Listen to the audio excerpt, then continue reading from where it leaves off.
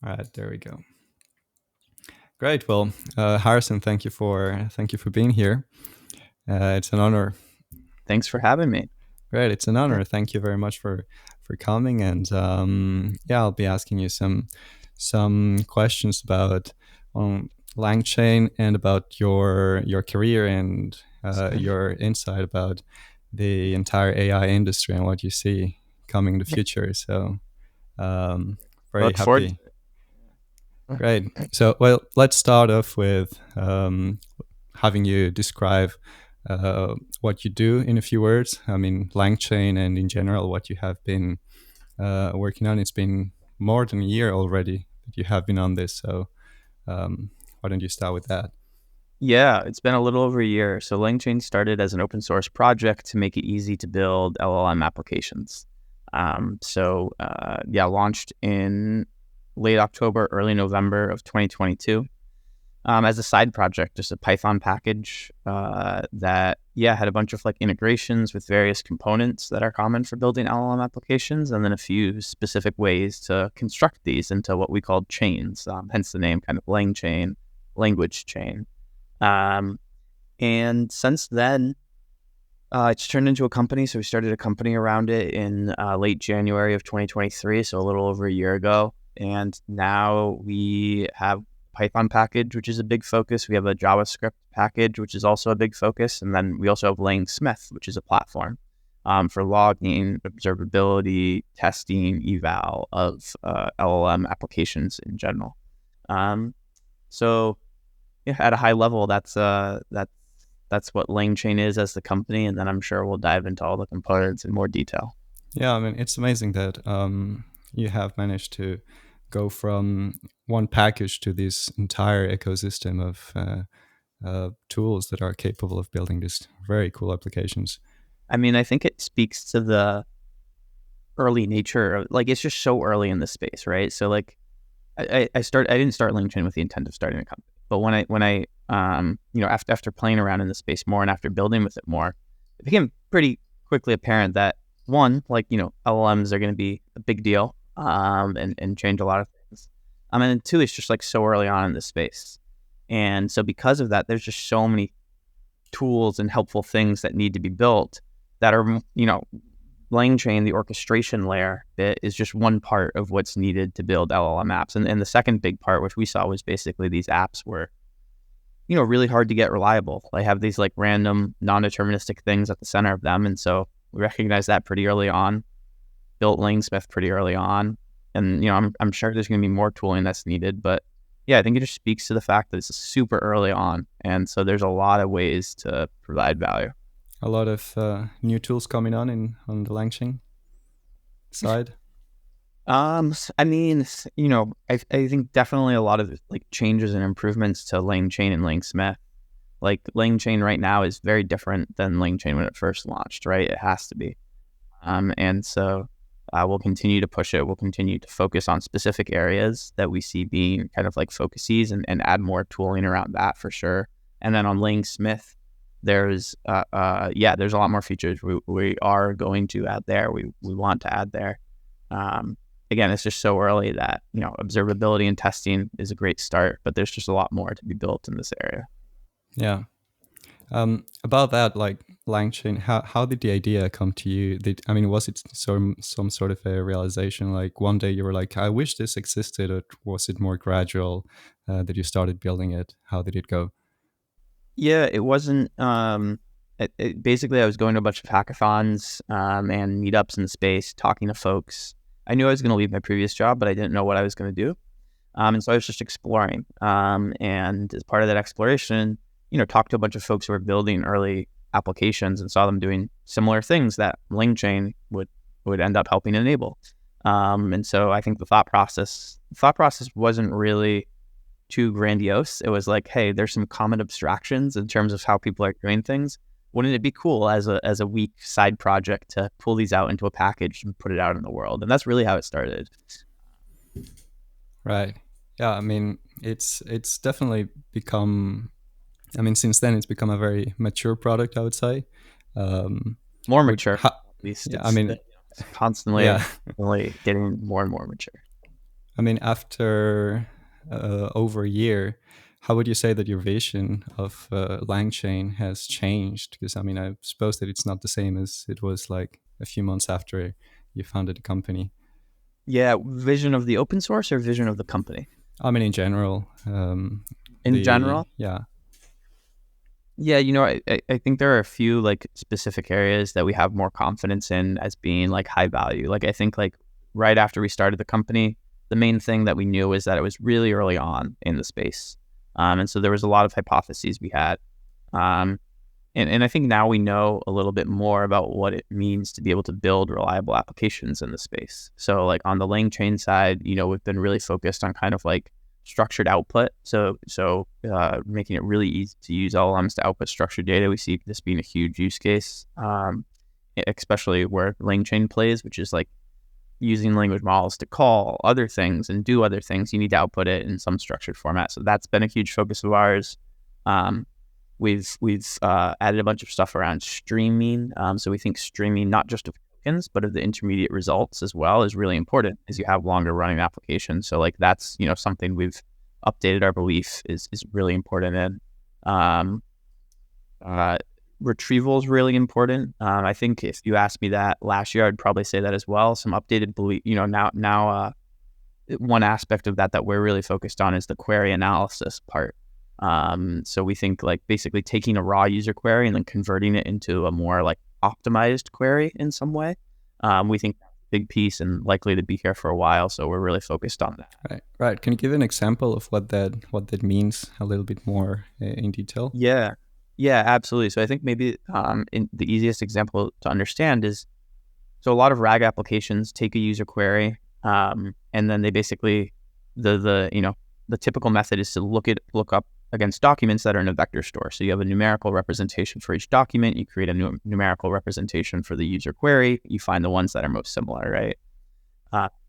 But oftentimes queries can so backing up like that embedding similarity is really good for kind of like comparing the semantic nature of two documents against each other. But oftentimes queries contain information that is not really semantic, but rather more precise. So an example could be what are movies about aliens in the year 1980?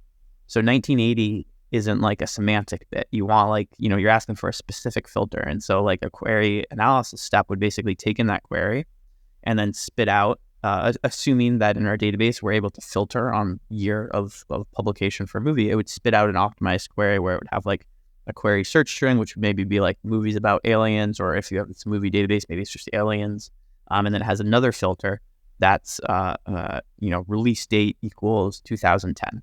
And then you can pass that optimized query into the vector store, filtering on the release date and get back results that are guaranteed to be that Right, release date of 2010. right. Okay, that's pretty cool. At some point in the, I mean, I had seen some interviews with you before, and you were talking about some of the implementations of LangChain, some really cool projects that you had seen in the past. I heard you mention once a Dungeons and Dragons Yeah. master or something. Yeah. Um, I mean, it's been a while since LangChain's been out. Have you encountered new or cool projects that have used LangChain to create their application or something? Yeah, I mean, I think there's a lot of cool projects and cool in different ways. So I think the Dungeons and Dragons one is still one of my favorite for a few reasons. Like I think like one it's a creative application, right? And so I think creative applications are really good for LLMs because they're not perfect and they can mess up. And in creative applications, that's totally okay, and it can even sometimes be like a feature. But then I also think there's a lot of um, there's a lot of really tricky technical challenges to build a really good kind of like Dungeons and Dragons Dungeon Master. Mainly, you need to kind of like maintain like the state of the world and keep track of that over time. Um, and so I think that gets to like the idea of like long-term memory, which is something we're really excited about. And so I think that's really interesting. Um, I think another example of kind of like cool applications for a different reason are some of kind of like these are they're kind of like more complex. One example would be a more complex kind of like customer support chatbot, and that sounds really boring on face value, right? And much less exciting than Dungeons and Dragons. But I think the reason why it's cool is that it's really easy to build a chatbot that's kind of like answering questions about documentation. And so if that's what you have as a customer support bot, right, that's a little bit less exciting.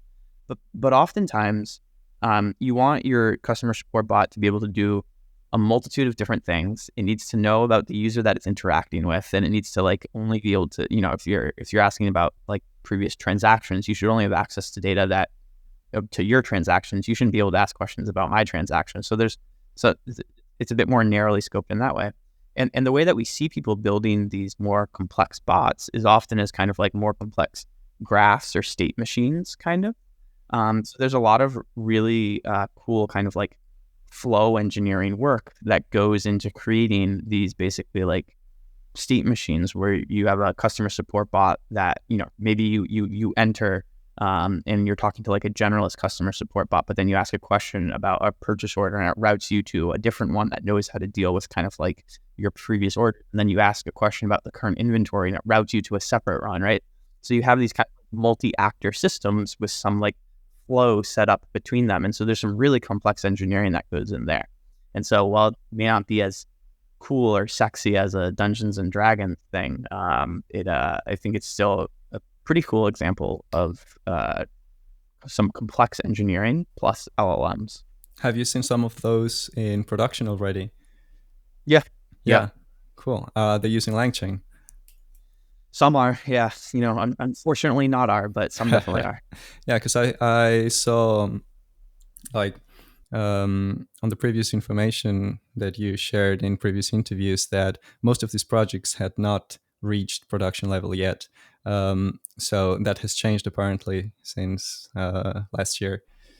Well, so most. So okay, maybe a few things. Like, I would say most still probably haven't reached production level, but there definitely are some that are, and so we're starting to see like what it takes to get successful and what success looks like. And then more generally, yeah, we're seeing more and more of that recently. So my take on the whole space is like, ChatGPT came out like November 2022, right? And so maybe from then until kind of like the summer, there's like a massive kind of like rush in people exploring and trying out new things and tons of interests and people like trying all these wacky agent, multi-agent type things. And then around last summer, I think people, became more focused on like, okay, so can any of these actually go to production? Like, what are we putting that's in production? And there were a few right away, but those were more like simple single LLM calls. And so, yeah, I think from the summer, so I'd say like from the summer to maybe like October, November, I would say, maybe like from the summer to November, the space I think was a little bit quieter as people were trying to like figure this out. And then roughly from like November till now, I think there's been more and more companies that are putting things in production. So we did a case study with Elastic, who launched kind of like a chatbot to answer questions, like an assistant style chatbot. And that's using LangChain. And I think that launched, I forget the exact date, but I think that was maybe like December, maybe January.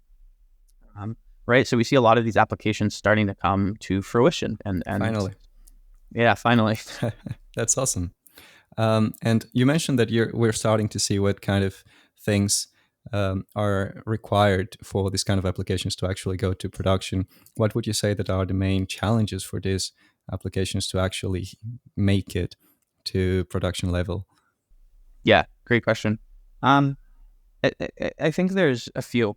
One is like, what is the right like UX for these applications? So chat, and I mean that in a few ways. One, like chat is a fine UX, and so a lot use that, but a lot are experimenting with kind of like other UXs as well. I'd say most that have gone to production have still been chat, but people have been experimenting and trying to figure it out. But even within chat, interacting with LLMs is different than interacting with traditional software or with humans. And so people kind of like need to figure out how to interact with these things. And so we did an article with folks from Norwegian Cruise Line where they talked about their chatbot and some of the UI things that they're doing. Like you can give people example questions they can ask, right? So that they know how to use it. You can, you need to stream tokens so it doesn't seem like it's waiting forever, kind of like basic stuff. But yeah, there's some figuring out of that. And then I think probably the biggest blocker is these applications. Like you can build a prototype really quickly, but it's not kind of like at the level of accuracy where where that's good enough to send to production. And so there's actually a lot of work that goes in to tightening that gap and improving the application. And so a lot of that is basically prompt engineering and flow engineering, making sure you have the right context, making sure the prompts keep on improving, maybe making sure you have the right few shot examples. And this is where LangSmith, which we're building, comes in real handy. You can see exactly what's going on. You can see the input and output at each step. You can enter into a playground, play around with the prompt, mess around with it from there. And so you can create test sets, which then allows you to like iterate with confidence as you kind of like change a prompt. You can see whether it's improving or deproving, not improving. And yeah, this type of like visibility, I think really provides, it's still a lot of work. Don't get me wrong. Like it's not, and that's why it's taking, that's why it takes a while. But we see the best engineering teams kind of like get more rigorous about how they're testing, get more rigorous about how they're debugging issues, and launch into production, get feedback, improve from there, have this like tight feedback loop, and that gets them to a point where they can safely launch into production. Right. For those who are not familiar with it, would you mind just giving a quick explanation of what LangSmith is and how it works? Yeah, absolutely. So LangSmith is a platform that we're building.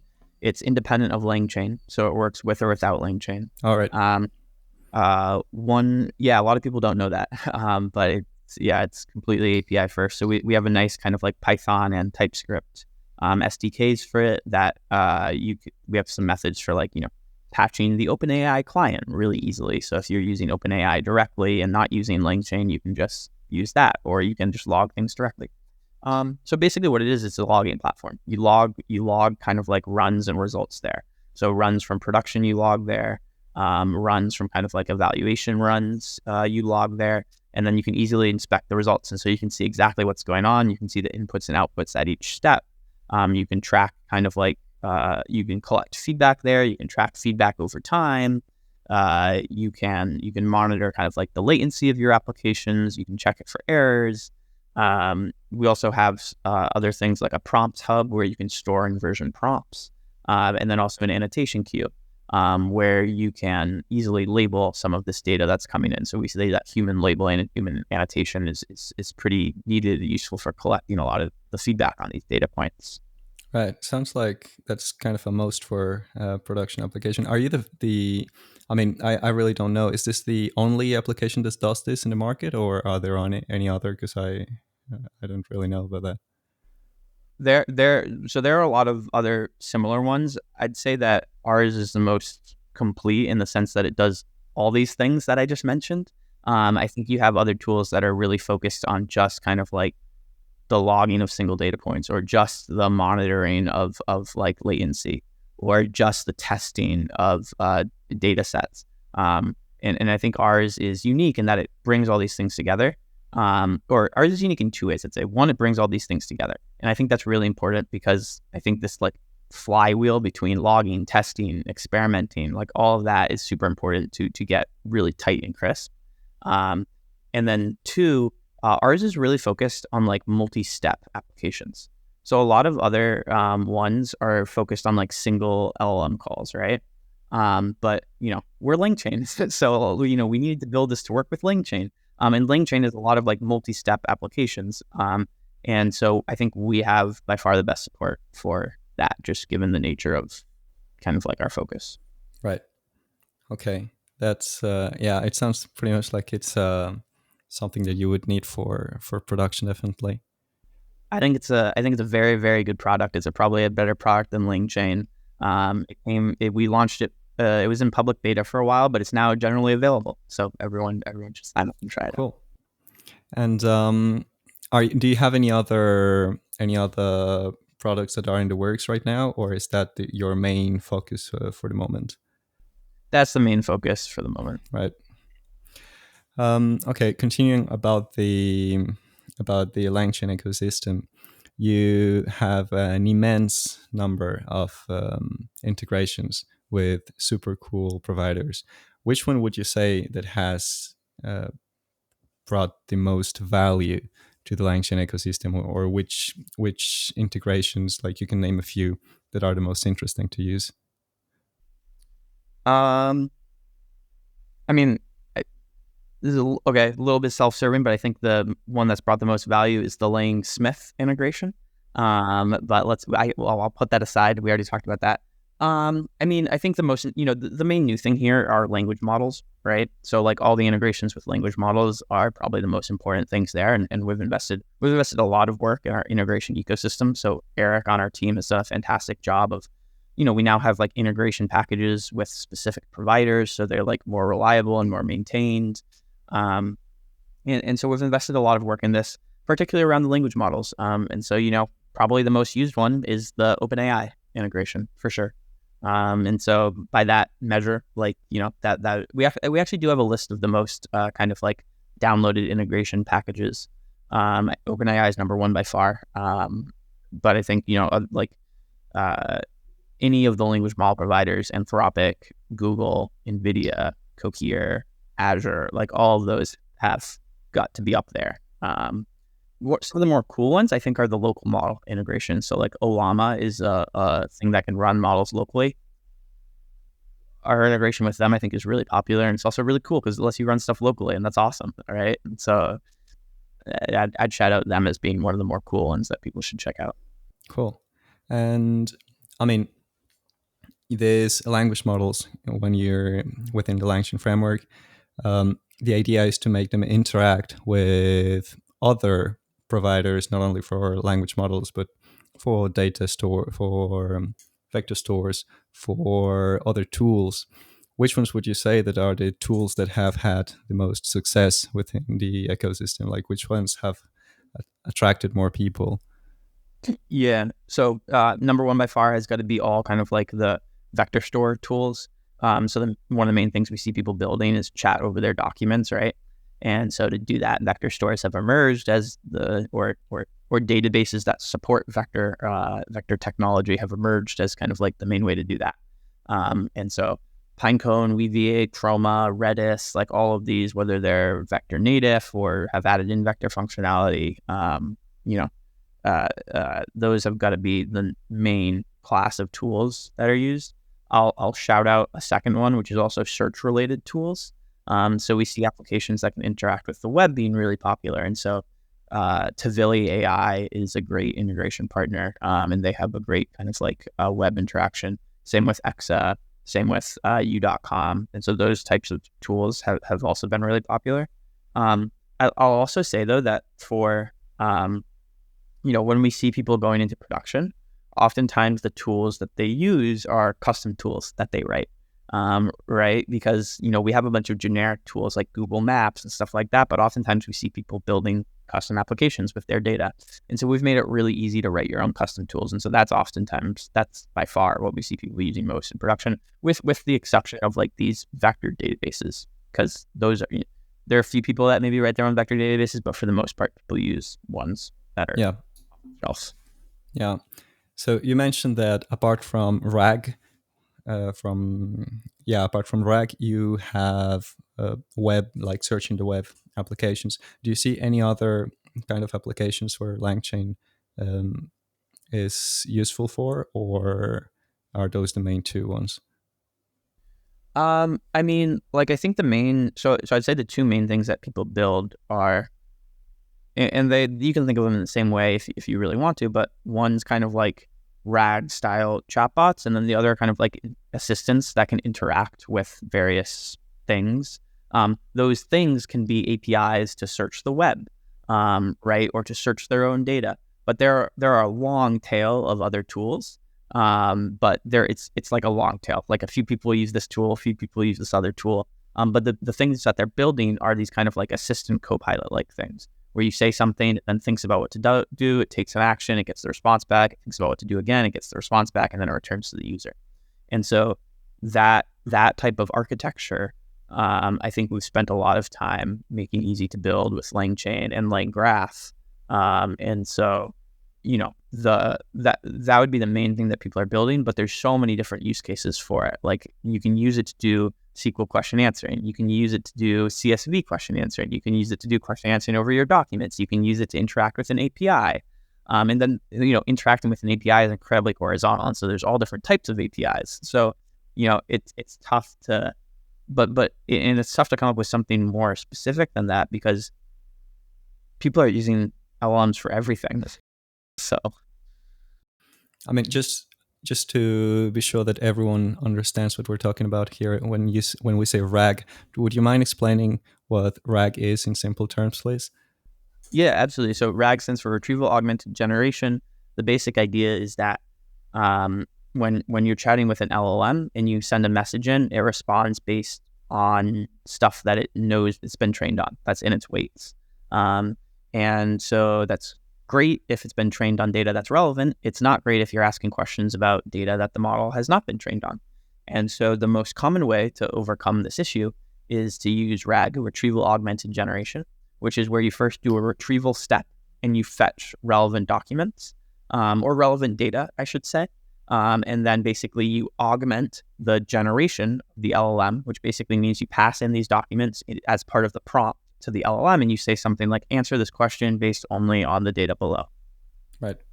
So that allows you to chat with your private data and pretty much any data available. Yeah, exactly. And I think most people immediately think of chatting with like unstructured data, but you could view SQL as chatting with a SQL database as a type of RAG.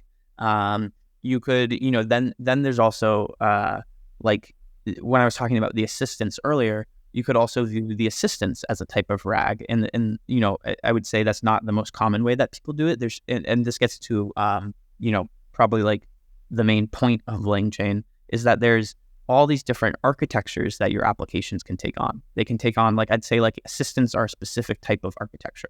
There's also another, like the most common architecture is a much more simpler one for RAG. The most common RAG architecture is a much more simpler one where you don't have this assistant thing. You just like look up data, pass it to a prompt. That's your final answer, right? And so that's really fast. That's really simple, but it doesn't handle edge cases well and things like that. And so then basically people are experimenting with all these different architectures, and that's what LangChain and LangGraph make it easy to do. They make it easy to build all these different architectures and use examples of these different architectures. Awesome. All right. At some point, also you mentioned that you had seen some applications that, I mean, the most oftenly used interface for these applications was chat. What other interfaces do you see or have you seen either in production or in prototyping? Yeah, I mean the other most common one besides chat is just like there's a single text input and then you get back a response. Um, so like a single turn chat or something like that. But then you can populate it with any information. Then there's also some that just like they weave it into their application UI. So they're not actually maybe changing their UI. They're just surfacing things. So they could be using it to like generate like summaries of a document, and they show those generated summaries in the UI, but like they were already showing the document anyway. So it's just adding like another bar under it. And other than that, like, yeah, chat's by far the most common. Right. I wish there was more. I wish there was more good ones. Vercel recently announced like, or they shared something around like generative UI, where you use an LLM to generate the UI. But I still think that's pretty new. I haven't seen that like actually in production. Very cool, but most of the things we see in production are just chat. Right. I would like to know a little bit more about your career and what you have done, because I wasn't able to find much information about that. mostly most most of the information online about you is about LangChain, but I would like to know how you got to where you are today, and yeah, I mean, some advice that you may have to people that would like to go into the same field as you. And yeah, so if you would mind just sharing a little bit about your academic history or professional history, what you have been doing before LangChain. Yeah, absolutely. I studied stats and computer science in college, um, and really started actually doing stuff in because of sports analytics. So I really liked sports and I liked math and stats, and so I started doing stuff with sports analytics. That led to like learning how to code to do that and things like that. Studied stats and CS in college, did a bunch of sports analytics. After graduating, did not do sports analytics, but instead went to Kensho, a fintech startup. Was on the machine learning team there for about 2.5 years. Did some stuff in time series, then led the entity linking team. So some NLP related stuff around entity linking. That was like a 60-person startup when I joined. We then got acquired by S&P Global after about a year. Stayed there for like another year and a half. S&P Global, very big company.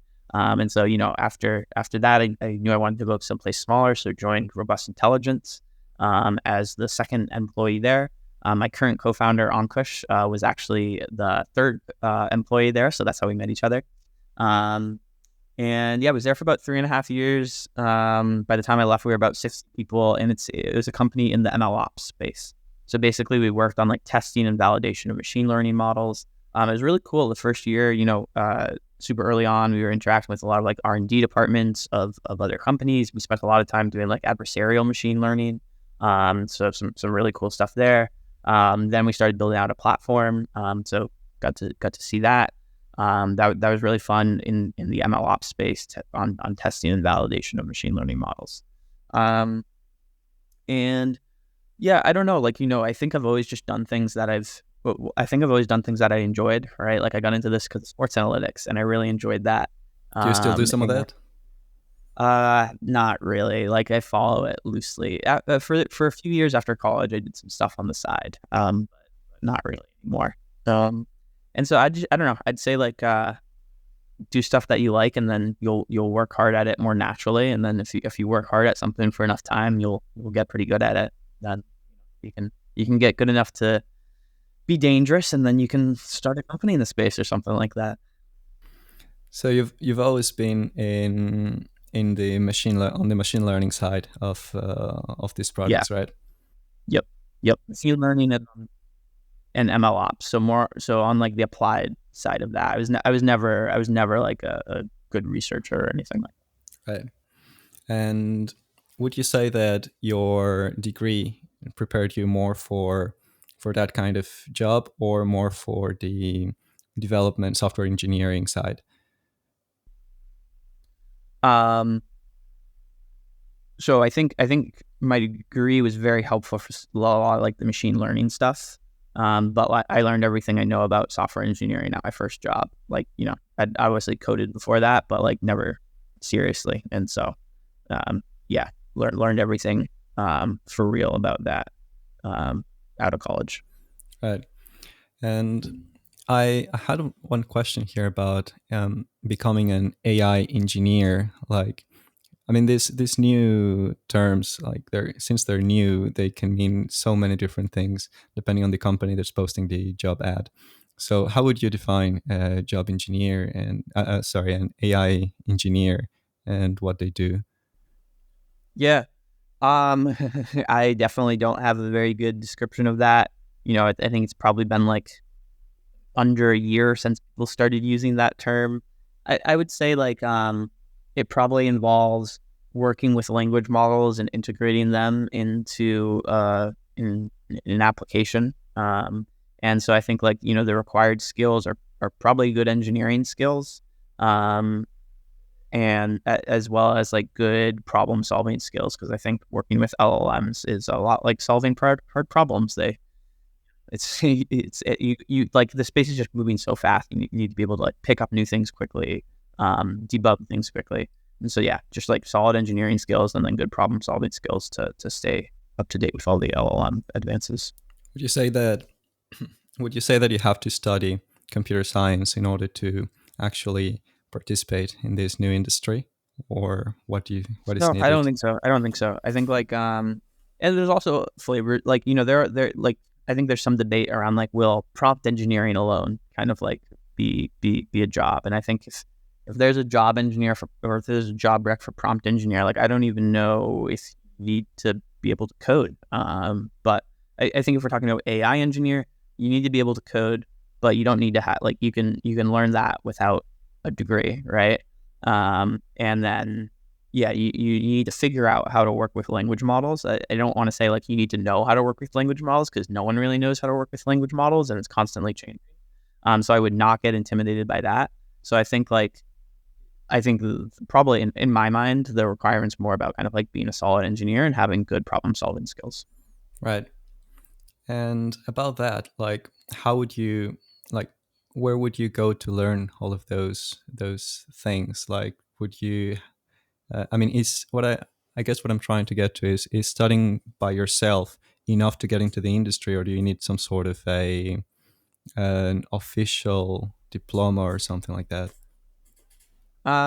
Yeah, I mean, I think so for the kind of like understanding how to work with language model side of things, like just play around with language models, work with language models, put stuff out on Twitter, put stuff out in the open source, like a lot of the most interesting stuff with working with like language models is being done out in the open by random people on Twitter.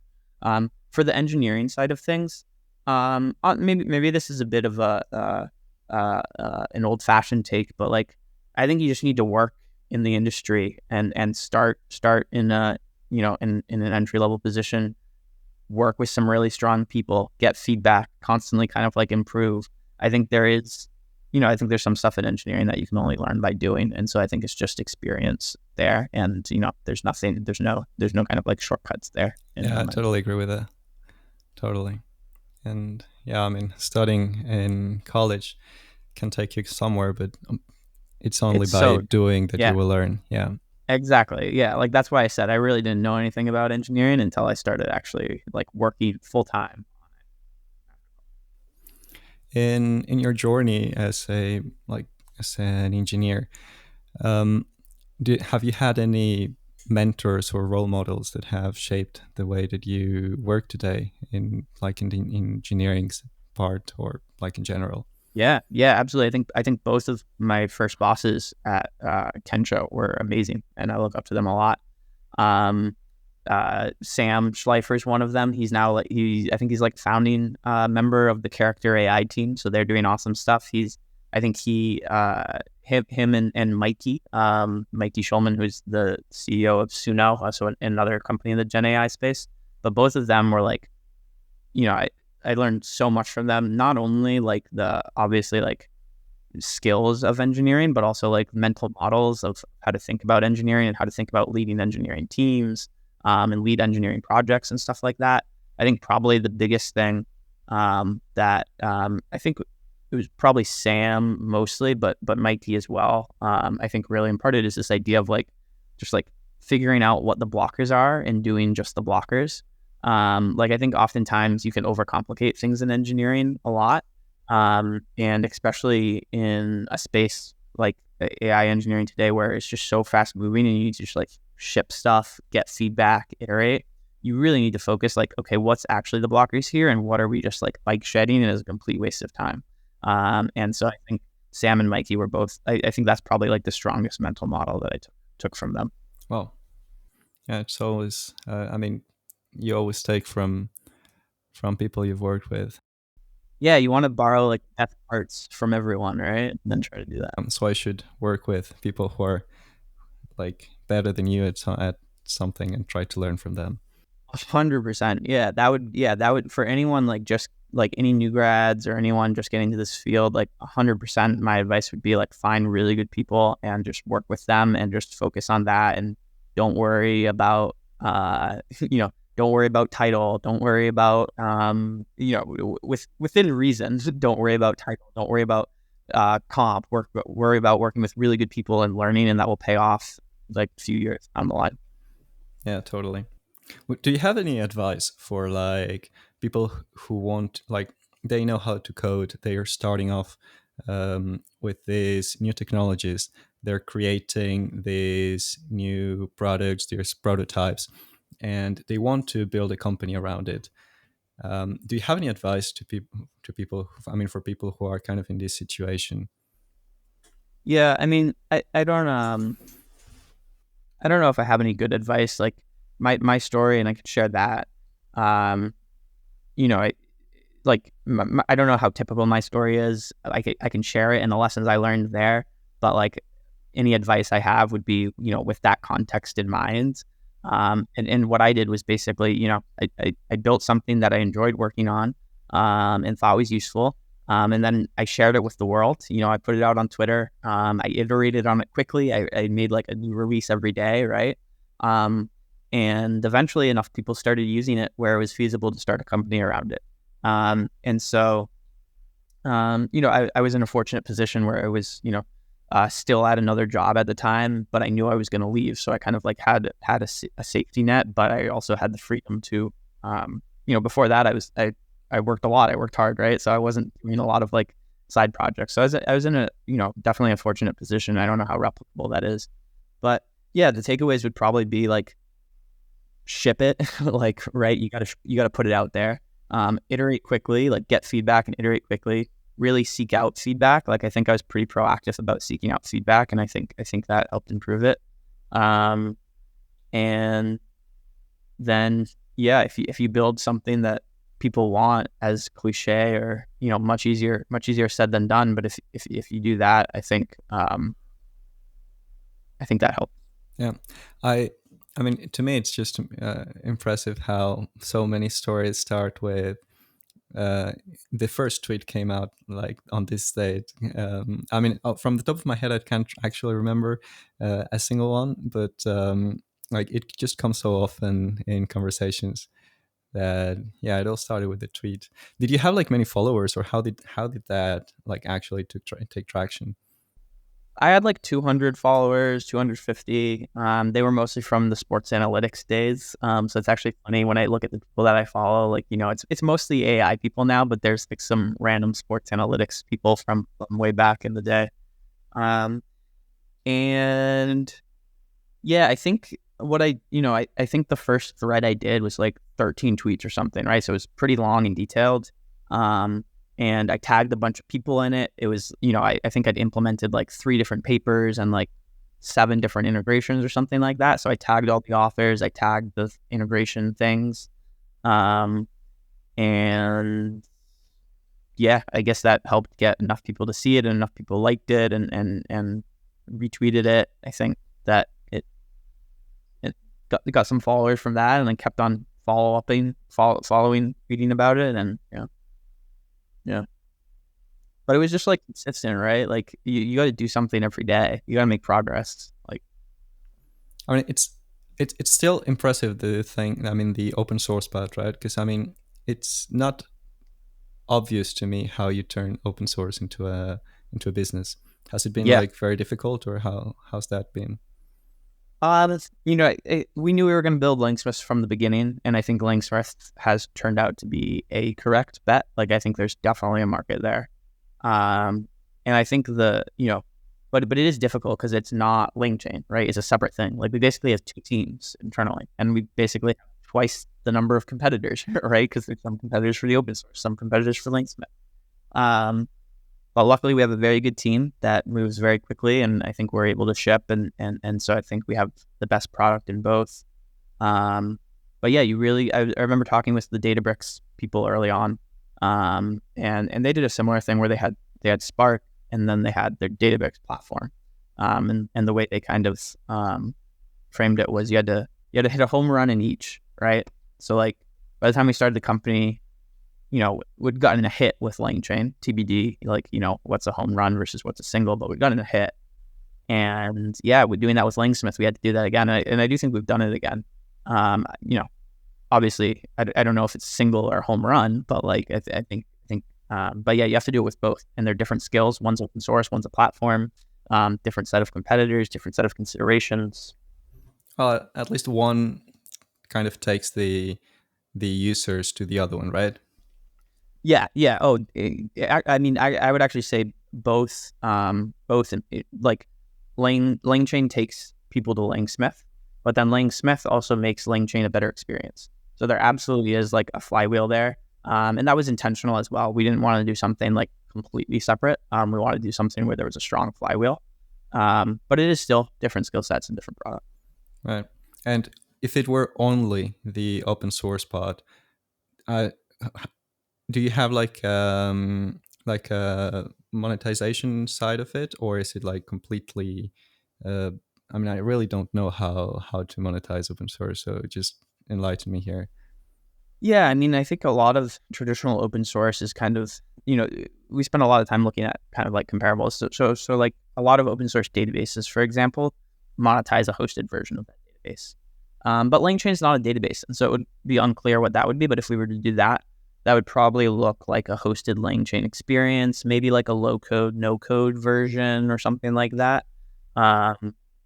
And we didn't want to do that because, well, we haven't done that yet because we think it's still really early on, really fast moving, and that wasn't like the blocker for people. We saw the blocker being the problems that LangSmith solves.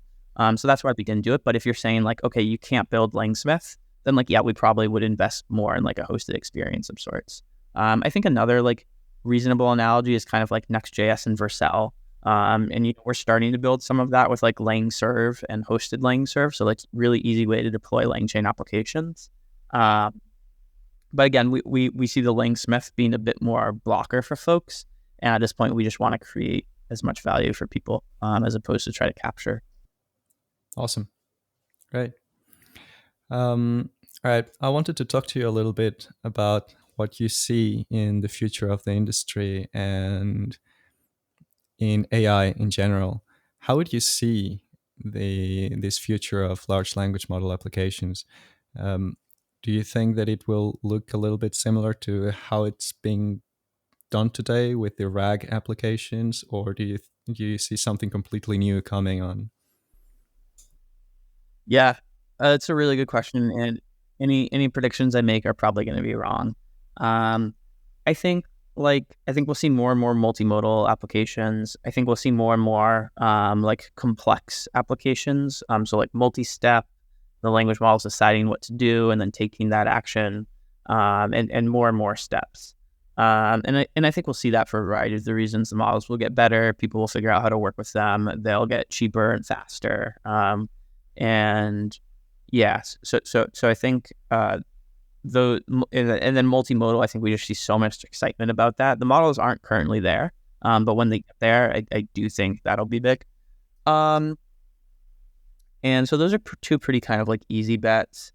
One thing that I'm really interested in is the role of kind of like long-term memory in all these applications. Like what does that look like? And I think that will be needed for a lot of applications to get like personalized experiences for users. And so what exactly does that look like? OpenAI added it into ChatGPT and they added it in a specific way, right? We have some memory modules in LangChain that think about it in a slightly different way. How is it different though? Yeah, so OpenAI, they basically use they let the LLM decide when it wants to remember things, and then a bunch of memory modules in LangChain kind of like do the remembering automatically. And I think there are pros and cons to both, but it's kind of like active memory versus kind of like background memory. And there are pros and cons to each. Very interested by memory. I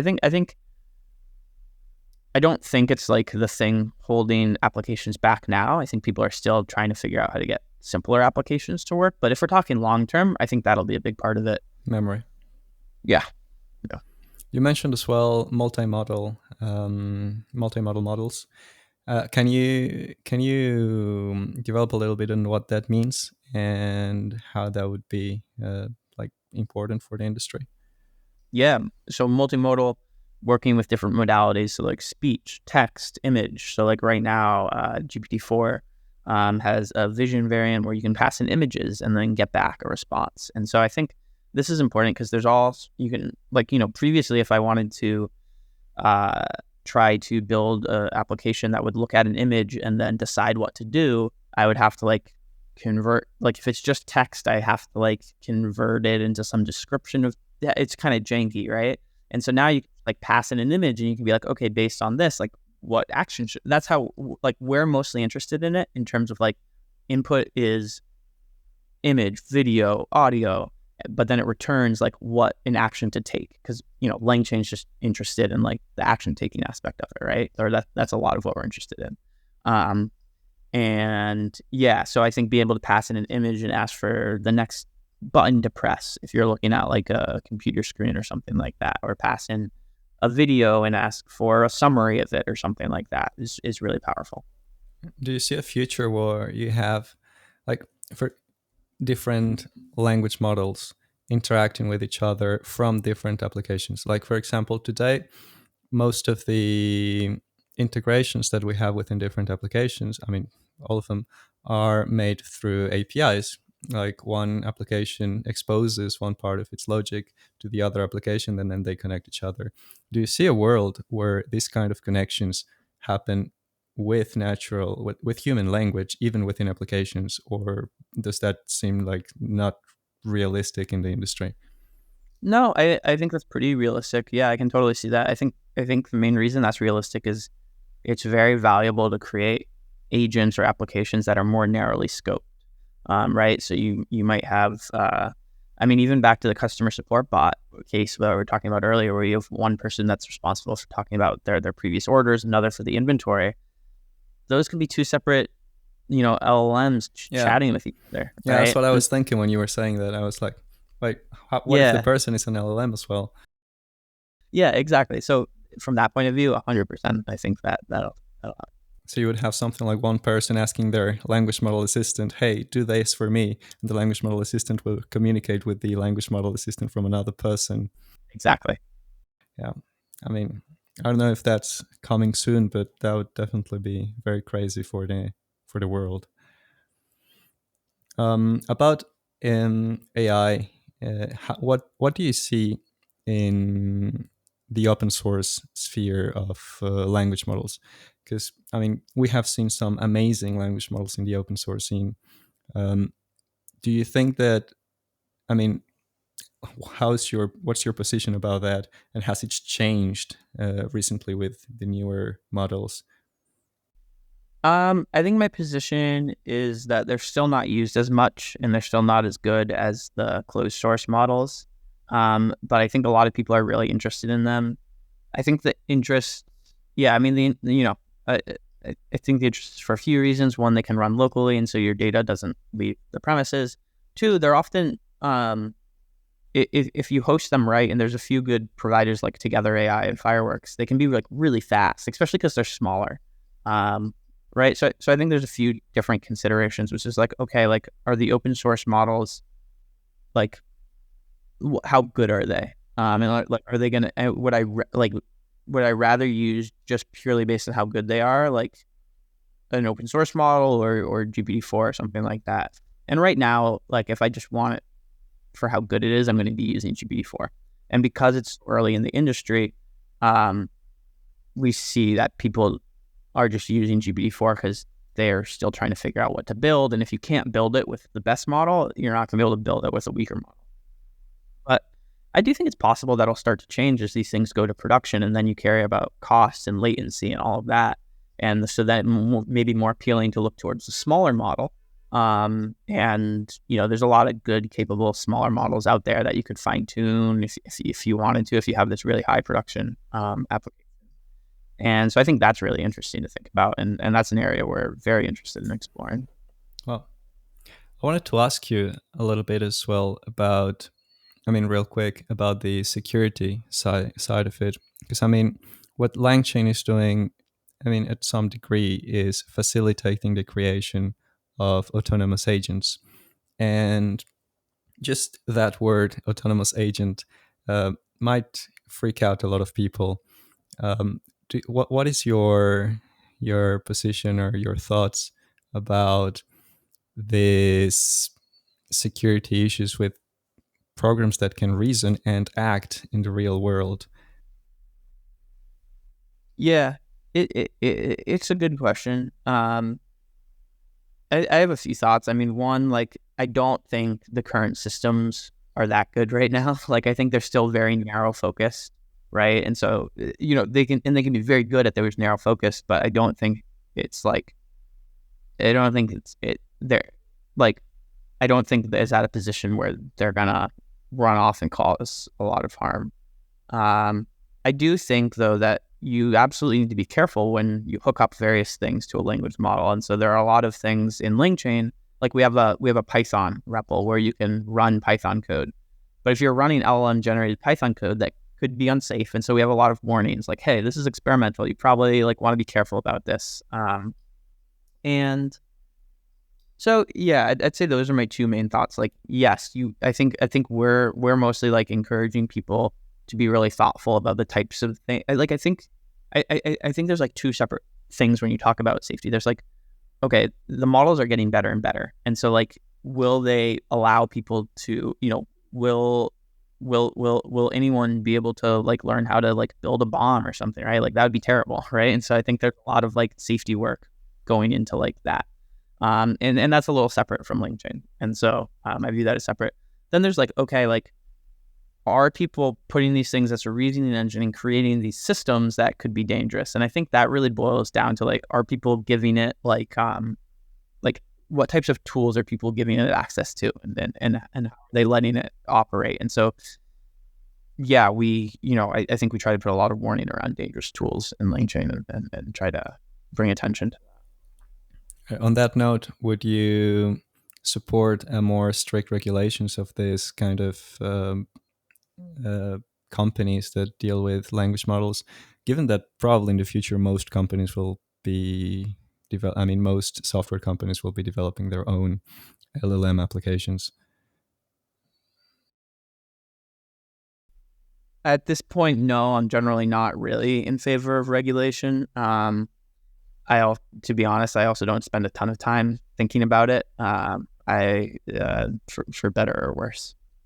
That's right. Yeah, because I mean, one of the things that shocked me the most about Sam Altman when he was doing his interview with, I think it was with Lex Friedman, that he has always been open about his position that regulation is required, and that's why he's doing this, and he wants to be regulated and things like that. So that was kind of a new thing for me, especially in in the software industry and industry in general, right? But yeah, so I think there are not many people leading companies thinking like that, I suppose. Yeah, I think he also probably has a much more nuanced and detailed view on this than I do, and so I don't think I'm incredibly qualified to speak on.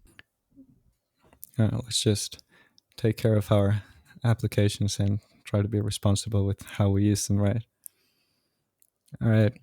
Do you have? I mean, we're coming to the end of the conversation. Do you have like some other new projects that you would like to share, or some other new advances in AI that you're excited about that you see coming in the future?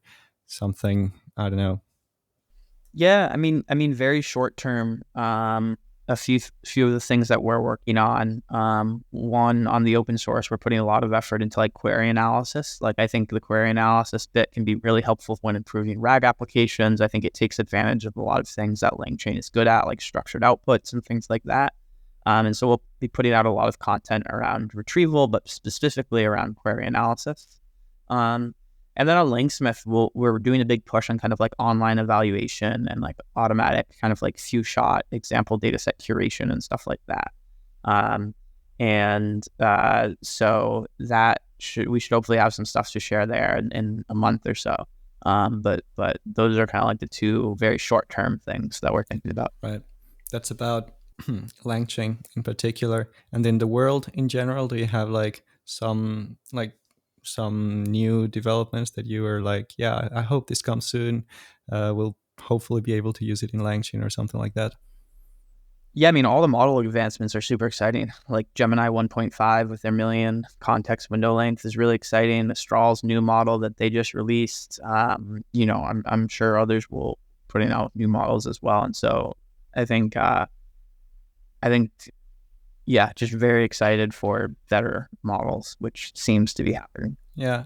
About that, actually, I forgot to ask you about that. About the huge context windows that these models are starting to have. Do you think that that's going to uh, make obsolete some of the RAG applications, or how do you see that happening?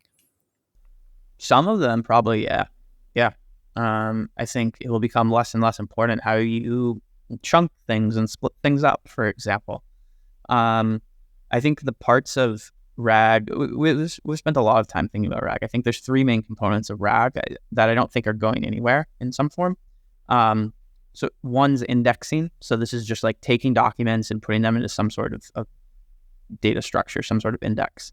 And I think long context will probably change what those data structures are, right? You may not need like as many small chunks. You may not need to be as clever about it, but you still need to fetch documents from somewhere, whether it be like Elasticsearch, traditional Elasticsearch or something like that. So I think there's an indexing step. Then there's a query analysis step.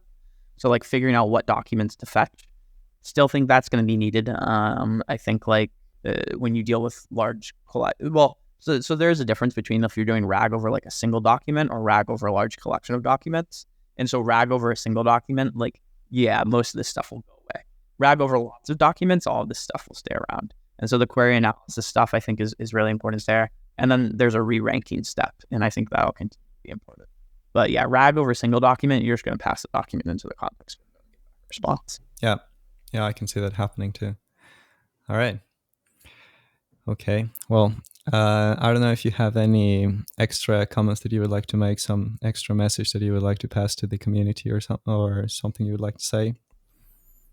Check out Alejandro's YouTube. He does awesome stuff. And yeah, more people should be like Alejandro and building awesome things and teaching people how to. Thank you, man. I appreciate it. Yeah, well, thank you very much, Harrison, for being here, for coming to talk with me, and it's been an amazing time having this conversation with you. I've really enjoyed it. Thanks for having me. Great, thank you. See ya.